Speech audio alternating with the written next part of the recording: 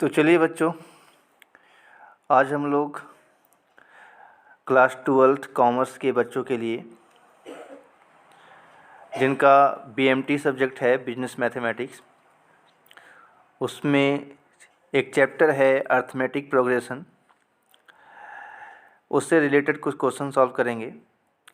तो आप देख रहे होंगे फ़ोटो में कुछ क्वेश्चन है जिसमें टिक आउट किया हुआ है, तो वो मैं सॉल्व करके दिखाऊंगा और बाकी क्वेश्चन आपको खुद सॉल्व करना है। और यदि सॉल्व नहीं होता है तो आप कमेंट करेंगे, तब मैं फिर से वीडियो बनाकर बता दूंगा। ठीक है, चलिए स्टार्ट करते हैं। क्वेश्चन नंबर 5 पर फोकस करें। क्या लिख रहा है? Find the 10th term of the sequence. ये तो इजी है, मैं जान रहा हूँ कि आप लोग बना लेंगे, लेकिन कुछ वीक स्टूडेंट हैं जिनसे ये सॉल्व नहीं होता है, तो वो देखेंगे। फाइंड द 10th टर्म, 10वां पद ज्ञात करना है। सीक्वेंस आपका दिया हुआ है, 10 है, 5 है, 0 है, -5 है, -10 है। ठीक है, तो चलिए सॉल्व करते हैं इसको। तो आपके पास क्वेश्चन में रिटर्न आते हैं, आपके पास क्या है? सीक्वेंस 10 5 0। ठीक ना, आपके पास सीक्वेंस है 10 5 0 -5 और -10। ठीक है, और इसमें आपका फर्स्ट टर्म कौन है? अब फर्स्ट टर्म को किस साइन से दिखाते हैं? तो फर्स्ट टर्म का साइन होता है ए। ठीक है, जो 10 है फर्स्ट टर्म। T1 भी आप लिख सकते हैं, T1 = 10।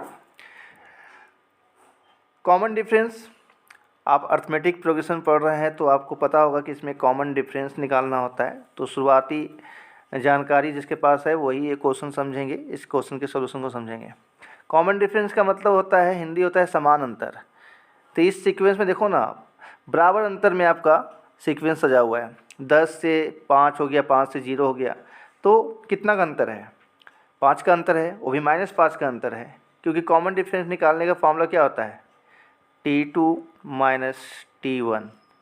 तो T2 यहाँ कितना है? 5 है, और T1 कितना है? 10 है।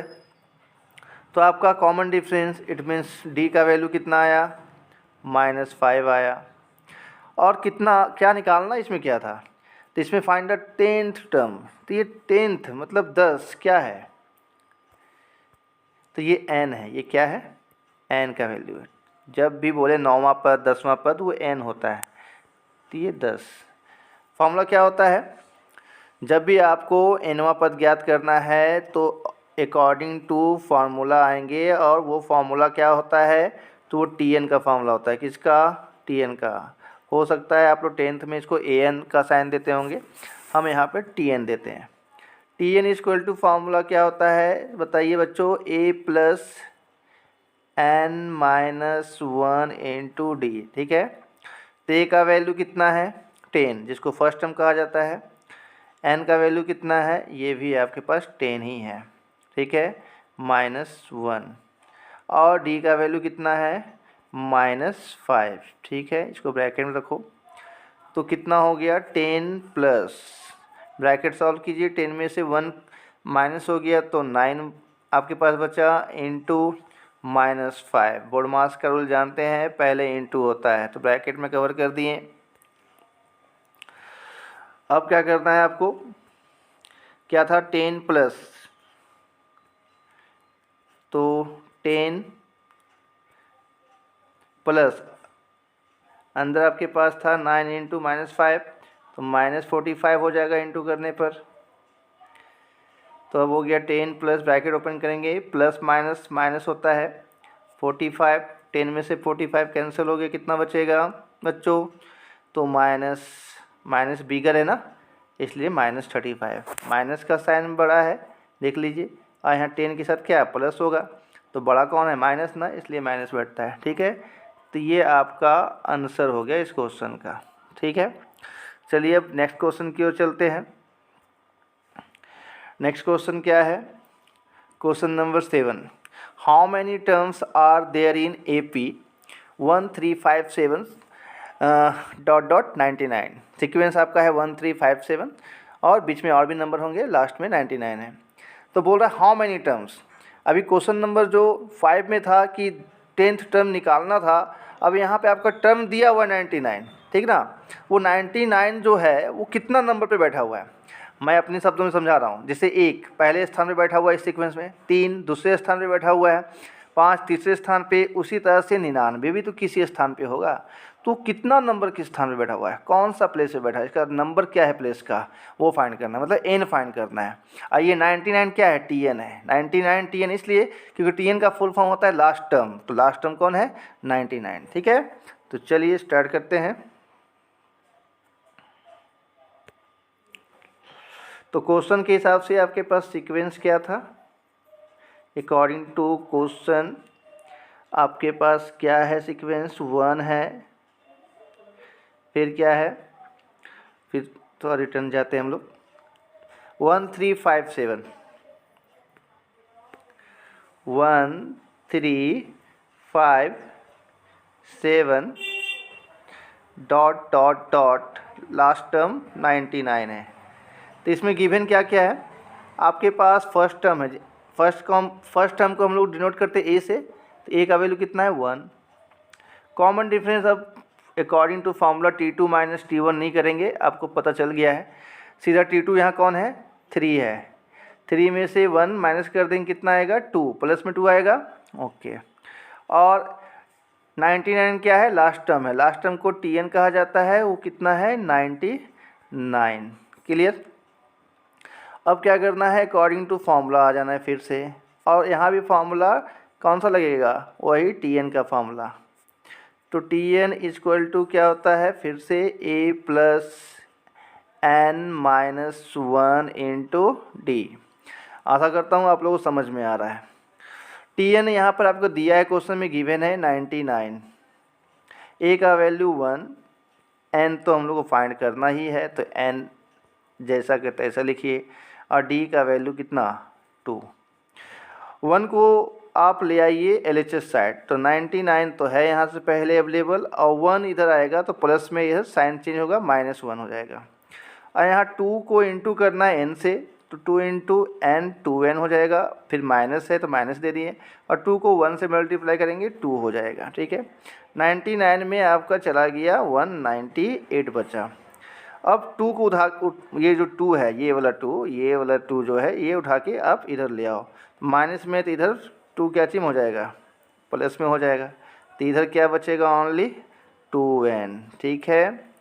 चलिए न्यू पेज पे चलते हैं। तो इधर कितना हो गया, 98 और 2 देखेंगे 100 हो गया, और इधर क्या बचा हुआ था 2n, तो 2 से इसको डिवाइड कर सकते हैं हम लोग, कितना टाइम में कट जाएगा, 50 टाइम में कट जाएगा, ठीक है। तो आपका n का वैल्यू कितना आया, 50, यही आपका आंसर हुआ, ठीक है, यही आपका आंसर हुआ, क्लियर, ठीक।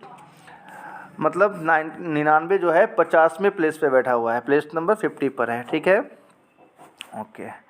नेक्स्ट क्वेश्चन की ओर चलते हैं। नेक्स्ट क्वेश्चन क्या है आपका, ये थोड़ा लॉन्ग बनेगा, इसको हम लोग बाद में सॉल्व करते हैं, ठीक है। पहले हम लोग क्वेश्चन नंबर 12 बनाते हैं। क्वेश्चन नंबर 12 बहुत ही इंटरेस्टिंग क्वेश्चन है और बहुत ही आसान है, ठीक है। तो क्वेश्चन नंबर 12 बनाते हैं हम लोग। क्वेश्चन नंबर 12 के लिए हम लोग को क्वेश्चन को फिर से देखना होगा, क्या कह रहा है क्वेश्चन में, कि आपके पास है x + 2 3x और 4x + 1 आर इन AP। मतलब ये जो x + 2 है, 3x है और 4x + 1 है, ये सीक्वेंस में है, और ये AP में भी है। AP में रहने का प्रूफ क्या है, कि सबका कॉमन डिफरेंस क्या होता है, टर्म का कॉमन डिफरेंस इक्वल होता है, ठीक ना, डिफरेंस इक्वल होता है। तो फाइंड करना है x का, तो x + 2 ध्यान रखिएगा क्या क्या है, ठीक है।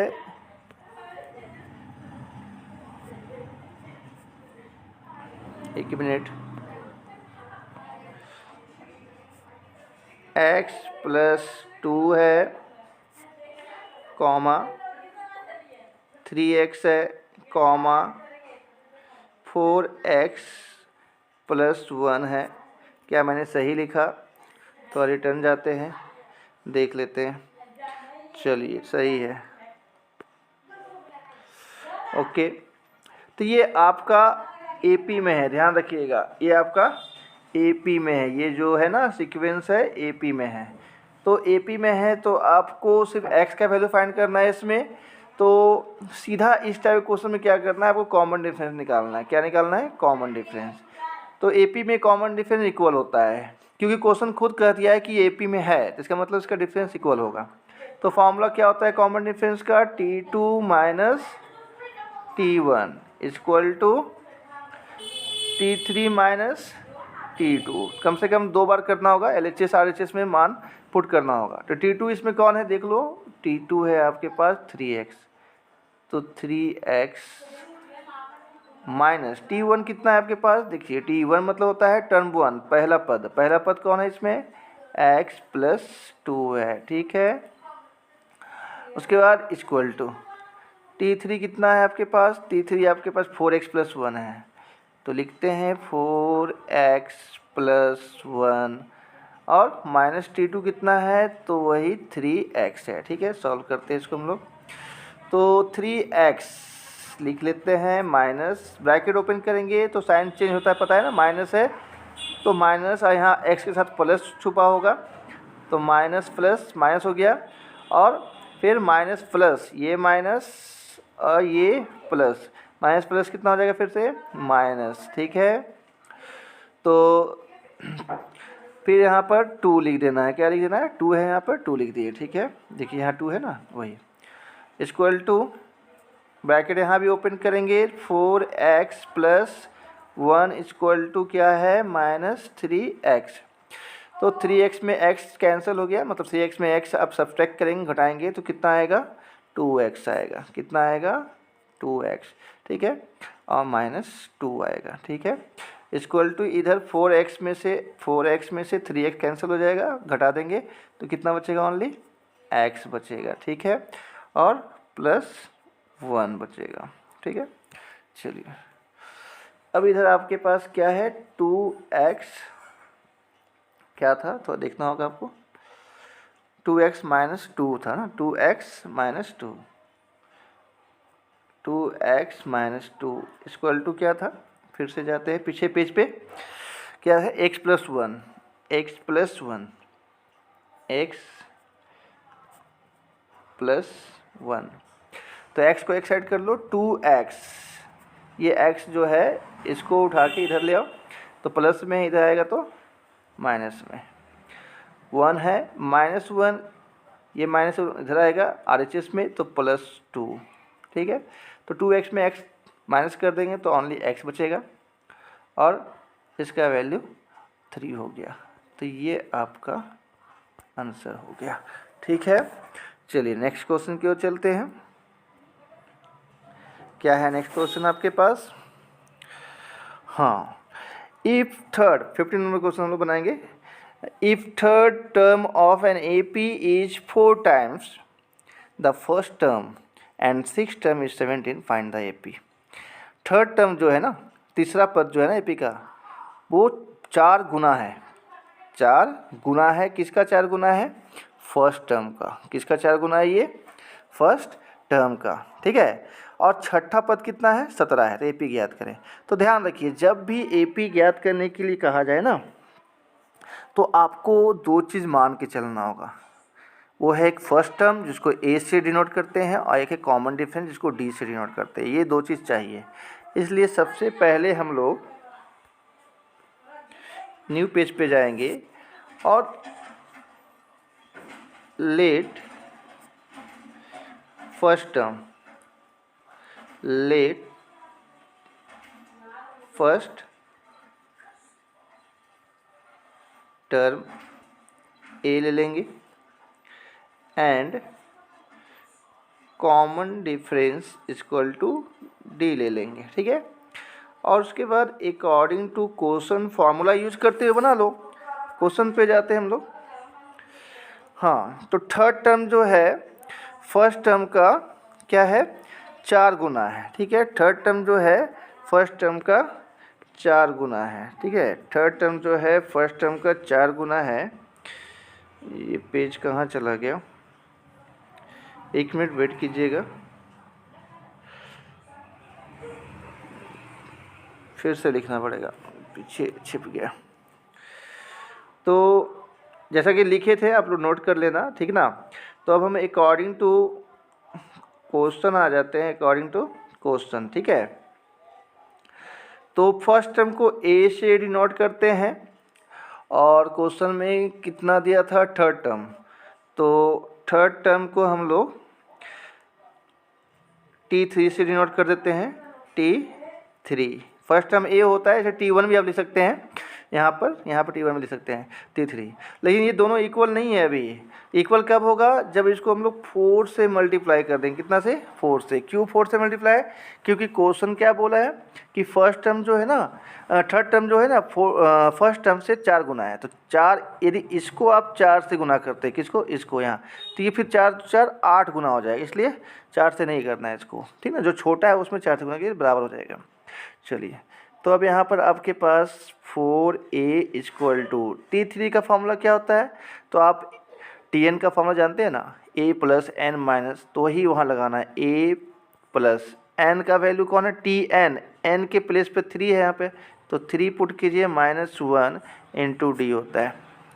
तो 4a equal to a plus 2d हो जाएगा, a प्लस 2d, ठीक है।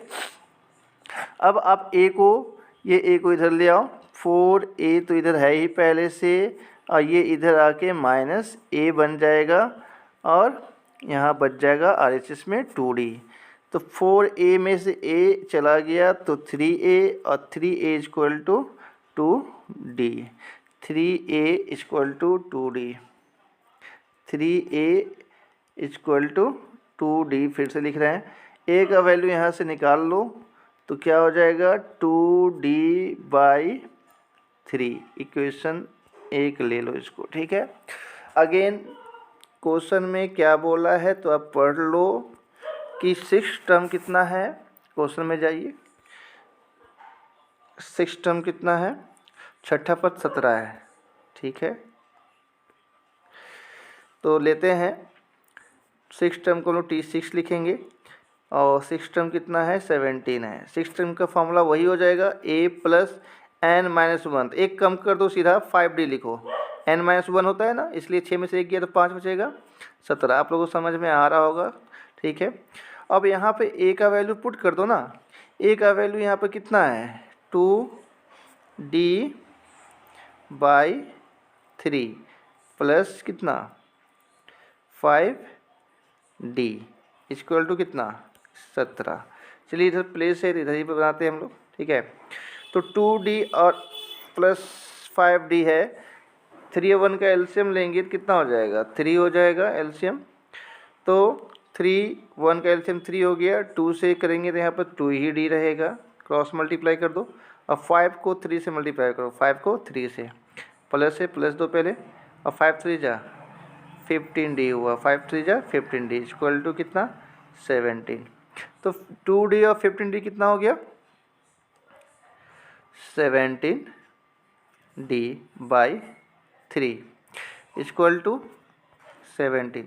17 सामने सामने कैंसिल होता है, इक्वल टू में पता होगा आप लोगों को कॉन्सेप्ट। तो यहाँ 1 बचा, यहाँ भी 1 बचा, तो 3 1 जा, ये 3 1 जा मल्टीप्लाई, क्रॉस मल्टीप्लाई होता है इक्वल टू के साइन पे। तो d इक्वल टू कितना आ गया, 3 आ गया। d इक्वल टू कितना आ गया बच्चों, 3 आ गया आपके पास। अब a का वैल्यू से फाइंड करना है। चलिए न्यूज पेज पे चलते हैं, न्यू पेज पे, ठीक ना। और पहला इक्वेशन पुट करके हम लोग निकाल लेते हैं, ठीक ना।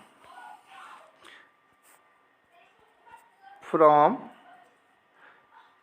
इक्वेशन फर्स्ट, तो फर्स्ट इक्वेशन क्या था हमारे पास, a इक्वल टू, देखना होगा फर्स्ट इक्वेशन क्या था हमारे पास, a equal to 2d/3, 2d/3, 2d/3, ठीक है। तो अब d का वैल्यू तो हम निकाल लिए हैं, तो 2 इंटू डी का वैल्यू कितना लेके आए हम लोग, d का वैल्यू देखिए 3 लेके आए हैं। तो d का वैल्यू 3 पुट कीजिए यहाँ पर, तो a का वैल्यू आ गया 6। a का वैल्यू कितना आ गया, 6। अब AP फाइंड करना है, तो AP फाइंड करने के लिए आपको कम से कम 3 पद ज्ञात करना होगा। फर्स्ट 3 टर्म आपको फाइंड करना चाहिए, ठीक ना। तो चलिए फर्स्ट 3 टर्म फाइंड करते हैं, ठीक ना। तो पहले फिर से मान को यहाँ पुट कर लेते हैं। ए का वैल्यू कितना आया था अभी हम लोग का, ए का वैल्यू कितना आया था देख लेते हैं। ए का वैल्यू 6 आया था, ए का वैल्यू 6 आया था। और डी का वैल्यू कितना आया था, तो 3 आया था। डी का वैल्यू कितना आया था, 3 आया था, सही है ना। हाँ अच्छा 2 3 6, नहीं रॉन्ग हो जाएगा, एक मिनट यहाँ गलत हो जाएगा। 2 3 6, अब बाई 3 तो किए ही नहीं ना, तो 3 2 ए का वैल्यू 2 आएगा, सॉरी मिस्टेक हो गया, ठीक ना। तो ए का वैल्यू कितना आएगा, 2 आएगा। ए का वैल्यू यहाँ पर 2 आने वाला है, ठीक है। ए का वैल्यू 2 आएगा और डी का वैल्यू यहाँ पर 3 है। तो फर्स्ट टर्म ठीक है, फर्स्ट टर्म इक्वल टू यहाँ T1 होता है साइन और T1 को A कहा जाता है, तो A इक्वल टू कितना 2। फिर इसी तरह से निकालेंगे सेकेंड टर्म का फॉर्मूला क्या होता है, T2 तो बोलते ही उसका साइन होता है A प्लस डी होता है, शॉर्ट फॉर्मूला याद रखना है, A प्लस डी होता है। तो A का वैल्यू 2 और D का वैल्यू 3, तो कितना हुआ 5। फिर लास्ट थर्ड टर्म तक निकालो कम से कम, थर्ड टर्म तो T3 से इसको दिखाया जाता है और T3 का फॉर्मूला होता है, एक बढ़ा देना है, A प्लस 2D लिखना है। 2D क्यों लिखते हैं, क्योंकि A प्लस n-1 होता है ना, तो 3 - 1 का 2 हो जाएगा, इसलिए लिखते हैं, ठीक ना। तो A का वैल्यू 2 है और प्लस 2 इंटू कितना, D का वैल्यू 3 है, तो 2 + 6 हो जाएगा ना, 2 + 6 तो कितना हो गया 8 हो गया, ठीक ना। तो 2 5 8 तो हो गया, AP तो है ये, ठीक ना। ये आपका आंसर हो जाएगा। 2 हो गया, 5 हो गया और 8 हो गया। इसी तरह आगे भी निकालेंगे, आते जाएगा, यही आपका आंसर है। तो चलो बच्चों, आशा करता हूँ कि आप लोगों को समझ में आ रहा है, और यदि आपका कोई सवाल है तो कमेंट करें और क्वेश्चन पूछें, तो फिर से मैं इस टाइप का वीडियो बनाकर आपको समझा दूँगा। चलो थैंक यू बच्चों।